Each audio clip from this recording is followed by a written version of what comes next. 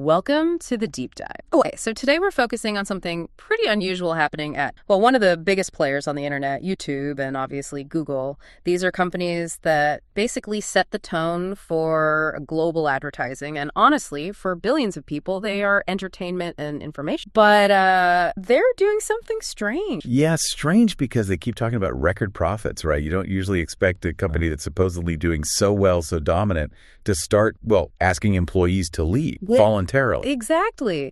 That's the core of what we're digging into today. YouTube just rolled out this voluntary separation program, basically offering severance, a paid buyout, for staff who choose to head out. And it's not like, some small company tightening its belt. This is YouTube offering what sounds like a pretty sweet deal for their institutional knowledge workers to just walk away. Right. And we need to set the stage here. This news landed just, days after Amazon announced huge layoffs? Yeah, massive cuts at Amazon, aiming for tens of thousands. So it's clear there's this broader shakeup happening across big tech. It's not just YouTube acting in a vacuum. Okay, so our mission for this deep dive. Let's unpack this whole thing. The voluntary buyout, the big corporate restructuring happening alongside it, and what it all means, not just for employees, but for creators, for viewers, for you. And the first big question, the one we really need to tackle, is structural, isn't it? Yeah. When a company that's absolutely swimming in cash offers to pay people to leave, what's the real message there? It's almost never just about, giving employees options. We need to get past the corporate language that talk about opportunity and figure out what this practically means for people's jobs and for the whole content world built on Google. Okay, perfect starting point. Let's get into this voluntary buyout idea. Our source material calls it, pretty bluntly, a warning shot. So the announcement came straight from the CEO, Neil Mohan, offering severance. If employees choose to separate, it sounds quite gentle, doesn't it? Optional. And our sources were quick to point out, no roles were actually eliminated right away. It wasn't like a round of firings. It was presented as an offer. Makes it sound almost generous, like, hey, thinking of a change, here's a nice package. But then you look at the official reason Mohan gave in his memo. Right, and that kind of pulls the rug out from under the business as usual idea. He specifically mentioned the disruption and opportunity of AI driving this. Oh, so they're basically saying they need to reshape the company for an AI future. That's exactly it, from the ground up. And it seems like that future, in their view, requires, fewer humans. So let's analyze that strategy. If you're an employee, maybe a well-paid tech worker, why wouldn't you just see voluntary buyout and think, great deal? Why is it a warning shot? Because fundamentally, from the company's perspective, it's about reducing headcount without the bad PR or the legal complexities of mass layoff. It's preemptive. They get to cut payroll, streamline things by paying a fixed cost, now the severance, instead of much bigger ongoing salary costs down the line. Okay, so it is a cost-cutting move, just maybe a slower, quieter one. Precisely. And for the employee, that's where you have to see it as that warning shot. The advice from people who've seen this play out is pretty stark. The company is signaling, look, we have too many people, cuts are coming. This is your one chance to leave on your own term with a decent payout. What about the people who don't take it, who think, my job's safe, they need me, or I've been here forever? Yeah, and that's where the anecdotal evidence our sources shared gets. Well, it gets pretty brutal. They talked about long-term employees, people who are my performers, who turned down the offer because they thought they were indispensable. They couldn't imagine their role being cut. And the outcome for them was? Often they were laid off not long after, sometimes just weeks or months later. And crucially, without that generous severance package they were initially offered, essentially the company uses the voluntary round to see who will take the easy exit. If they still need to cut more after that, then the involuntary layoffs start. And the people who gambled and stayed often end up with a much worse deal, or maybe no special deal at all. Wow, that completely flips the script. It's not an opportunity, it's a final offer before the axe falls, potentially cheaper. It changes it from just a financial choice to recognizing a potential existential threat to your job. And what's really staggering here is the scale. This is YouTube we're talking about. Market dominance, huge profit. The very fact that this company is making these kinds of moves really underscores how severe this AI-driven disruption is. Like we said, it seems to spare no one, no matter how profitable they are right now. They're clearly reacting to a future where human labor is just less essential in certain areas. And it's not just about shedding staff, is it? You mentioned restructuring. They're fundamentally changing the company's internal map to handle this shift. Oh, absolutely. These buyouts aren't happening in a bubble. They go hand in hand with a massive internal reorganization of the whole product, and Neil Mohan is personally overseeing it. The goals seem pretty clear. Boost efficiency, obviously, but also position YouTube to fight harder against its two main rivals. That's Netflix for the long-form, premium stuff, and TikTok for the short-form explosion. That's interesting because YouTube always felt like this one giant thing. Now they're actively breaking it down into folks. How's that look? Yeah, they've split the product division into three main organizations. Let's call them pillars. And the leader of each one reports directly to Mohan. That direct line tells you how important these areas are strategically. Okay, let's break them down. Pillar one. Pillar one is subscription product. This is all about the premium, non-ad money. Think YouTube TV, YouTube Premium, YouTube Music, those primetime channels they're pushing. Christian Olin is leading this. Right. So this is basically their explicit, let's compete with Netflix's arm. They want that steady, reliable subscriber cash. Exactly. Predictable revenue, insulated from the ups and downs of advertising. Putting this first, reporting straight to the CEO. It signals that getting and keeping subscribers is top priority. It's their bid for that kind of Hollywood-level financial stability. Makes sense. So that's the premium future. What about YouTube, as most people know it? The free videos, the ads. Right, the massive engine. That mostly falls under Pillar 2. Fewer product. Joanna Vulich is heading this up. This covers the main YouTube experience, mobile app, living room app, the global free platform. But crucially, it also includes really fundamental stuff like trust and safety, YouTube Kids, CERT, and all the back-end infrastructure. So they're bundling the core user experience with the essential plumbing, safe CERT structure. What's the strategic read on that? Well, it says a lot about where the focus is, doesn't it? Our sources, maybe a bit cynically, pointed out that this is where the bulk of the independent creator content lives, the vast ocean of videos that isn't necessarily premium. It's like the engine room, absolutely vital, keeps everything running, but it's grouped with maintenance and infrastructure, not with the shiny new growth area. Suggests the focus here might be more on efficiency, keeping the ad machine oiled rather than, say, major new creator initiative. Okay, so if Pillar 1 is the Netflix competitor and Pillar 2 is the massive free engine room plus infrastructure, what's Pillar 3? Pillar 3 is creator and community product. Now, this one is interesting because it's explicitly focused on creators, but specifically through two key things. YouTube Shorts, their weapon against TikTok, and generative AI tools for creators. And they're actually looking for a new leader for this division right now, which really highlights how pivotal they see this area. Wow. So Shorts and generative AI are bundled together in this future-focused creator pillar. That feels significant. It's maybe the clearest signpost of where they're heading. They know short form is the battleground for attention, and they're making sure generative AI is built right into the creator workflow for that format. This whole restructure looks like a plan for a two-front war. Attack Netflix with subscription. Attack TikTok by embedding AI deep into the Shorts ecosystem, trying to make content creation faster, maybe cheaper, and hopefully viral. It definitely confirms this AI disruption isn't just talk. It's literally reshaping the company's org chart. And if you listen to Neil Mohan talk about it, like in that Hollywood Reporter interview, the tone is very optimistic. He calls AI the next frontier for YouTube. He talks about it serving human creators, making things easier, more efficient, more powerful, creating opportunity for the, quote, entire supply chain of creation. The message is clearly, AI is a tool for you, not a replacement. That sounds great on paper, right? Less grunt work editing, more time actually creating. But the creators themselves, the ones whose livelihoods depend on them, they seem to have a very different, much more skeptical. Oh, definitely. And their skepticism comes down to basic economics, really. The fear isn't that AI can't help. It's that YouTube's main goal isn't necessarily preserving human creator job, but maximizing content volume and quality at the lowest possible cost. So this idea that YouTube would somehow refuse to monetize purely AI-generated stuff, what people are already calling AI slop, well, creators think that's just completely naive. Why naive? Why wouldn't YouTube want to maintain some quality control or human element? Because Google, their parent company, is all in on generative AI. They're building the tools like Gemini.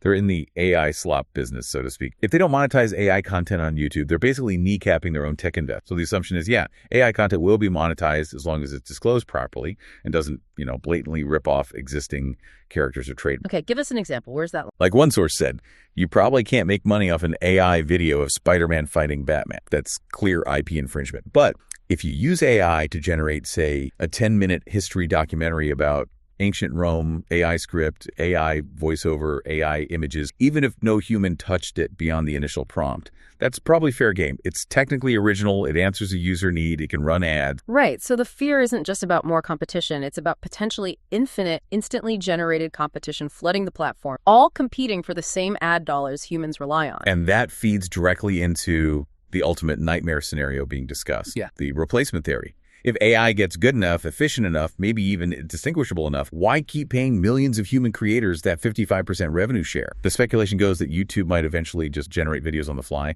based entirely on what someone searched. Like instead of me searching how to tie a tie and finding a person's video. Exactly. YouTube could potentially just instantly create a perfect, personalized, maybe 6-second video just for you, using its own AI, no human involved. Wow. That could cover a huge amount of informational or how-to content currently made by people.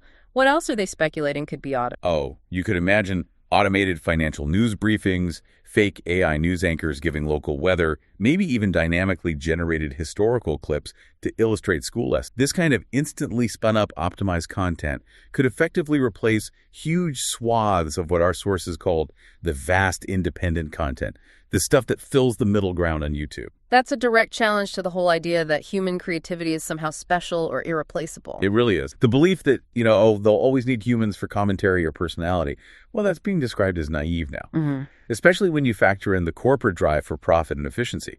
If a machine can do a visual task or an informational task faster, more reliably, and way cheaper than a human who needs a big salary and a 55% cut, the economic logic for the platform seems pretty unavoidable. AI isn't just seen as a helper. It's seen as a potential replacement for a huge part of the supply chain that isn't already locked into big studio deals. And this lands right when creators are already feeling financially stressed, doesn't it? Worried about how their views and money are calculated. It's absolutely right. This AI anxiety, the restructuring, it's all happening while independent creators are feeling intense financial pressure already. Which brings us to maybe one of the most, insidious concerns we came across. This belief, this fear among creators that YouTube might be deliberately, strategically underreporting their view stat and therefore the revenue. Whoa, hold on. Underreporting, that's a huge claim. Is that just a feeling or are people seeing specific things? It's based on specific noticeable dips in the reported numbers that felt really unusual. Creators consistently mentioned two big ones recently. There was a dip back in May, which was worrying but maybe not catastrophic.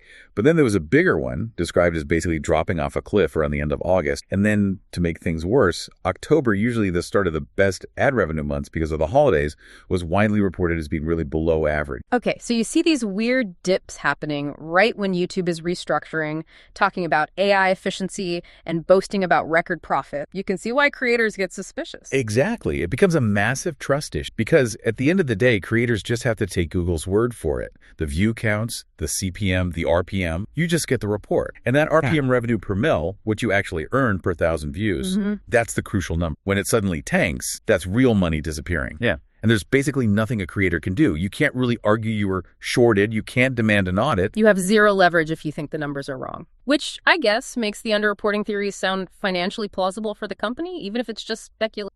That's what makes it so worrying. The potential financial motive is huge. The theory is, look, if YouTube decides to, say, depress reported views or RPMs by just 10 or 20%, and they just blame it on some opaque algorithm change, they instantly save 10 or 20% on payout across every single creator globally. Scale that up. That's potentially hundreds of millions, maybe billions saved, which goes straight to their bottom line, helping deliver those record profits. It's like an invisible tax on creators hidden behind the black box of the algorithm. Pretty much. Pure platform power dynamic. And this gets amplified by the big push for short, YouTube's vertical video format. That's also seen by creators as another financial strategy disguised as a creative. How are shorts different for a creator's wallet compared to regular? The way they pay out is generally much, much less. Shorts definitely rack up watch time. They generate ad revenue for YouTube. But the slice that goes back to the creator, our sources called it pit. It's nowhere near the traditional deal for long-form video. And refresh us, what is that tradition? For regular videos, under the YouTube Partner Program, the creator gets 55% of the ad revenue, YouTube takes 45%, which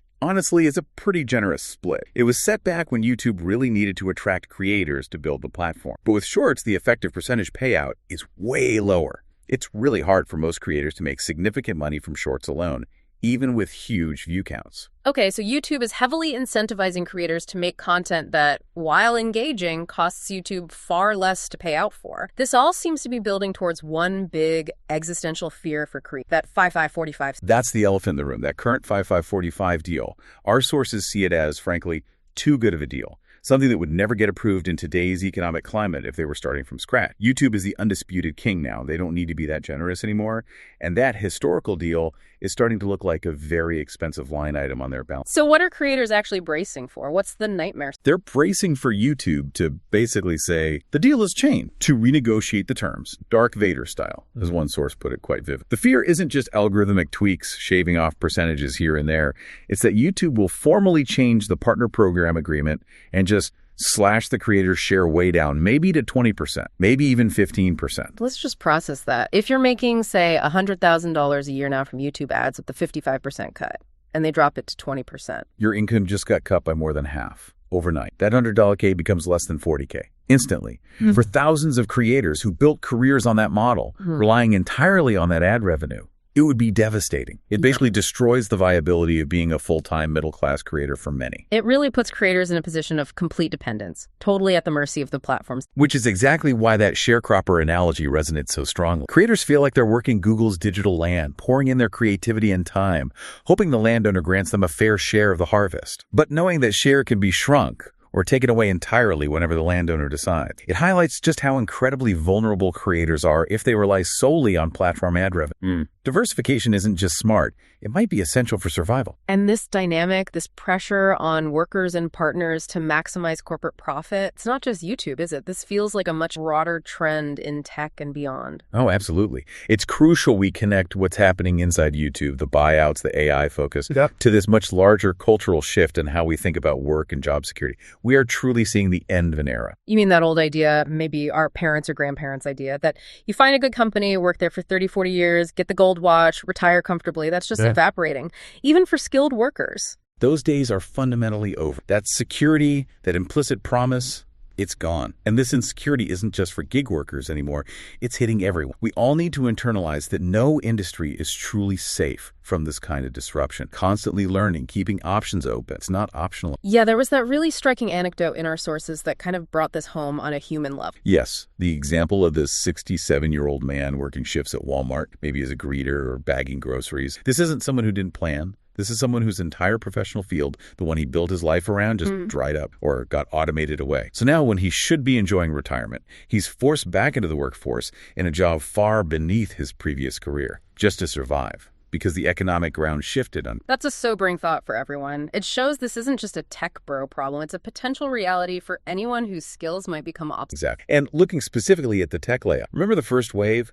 That seemed focused on cutting what they saw as pandemic bloat, maybe underperformers, some middle management, the folks hired during that crazy hiring spree. Right. But this next wave, the one these YouTube buyouts seem to represent, what makes this wave feels much more strategic and much more aimed at replacing skilled white-collar workers with AI. That's the big escalation. We're moving beyond just trimming fat to targeting core professional roles, even fields we thought were safe, like coding, software development, complex data analysis.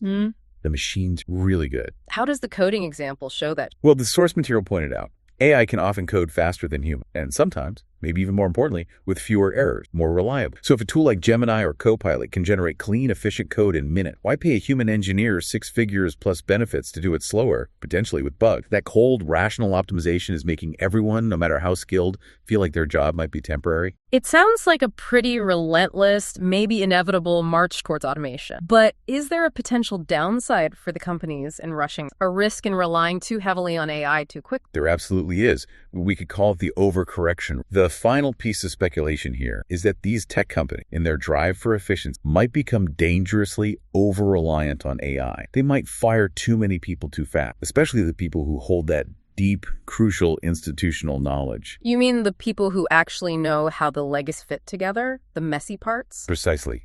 The veterans, the ones who know where the digital bodies are buried, how the infrastructure really works, all the little quirks and fixes that aren't written down anywhere. They're the human safety net. Yeah. When those people take the buyout or get laid off, that unique, often irreplaceable understanding walks out the door with them. And once they're gone, they're probably not coming, even if the company realizes they messed up. It's exactly. The prediction is this intense focus on short-term efficiency savings right now could actually create huge self-inflicted problems down the road. Think major system failures, weird bugs nobody can solve, operational chaos because they let go of the only people who truly understood the complex. Short-term gain leading to potential long-term instability. #head out. Okay, so this deep dive into YouTube's big moves has really connected a lot of dots, hasn't it? From internal HR policies like voluntary buyouts all the way to these massive global economic shifts driven by AI. We've seen a company, despite huge profits, sending this clear warning signal to staff. Layoffs driven by AI and restructuring are likely coming. Yeah, and that restructuring is aggressive. It's a plan to fight Netflix on subscriptions and use AI to take on TikTok and Short. But for creators,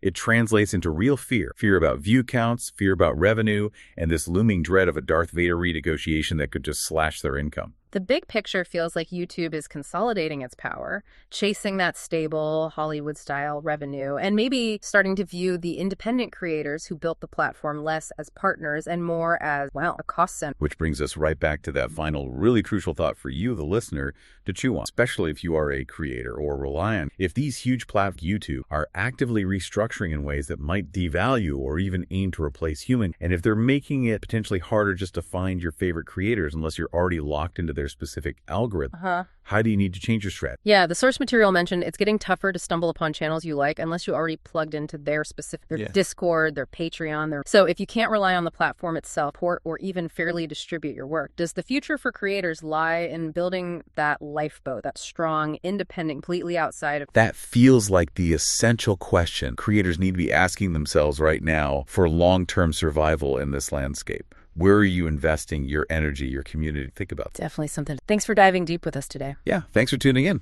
Catch you next time.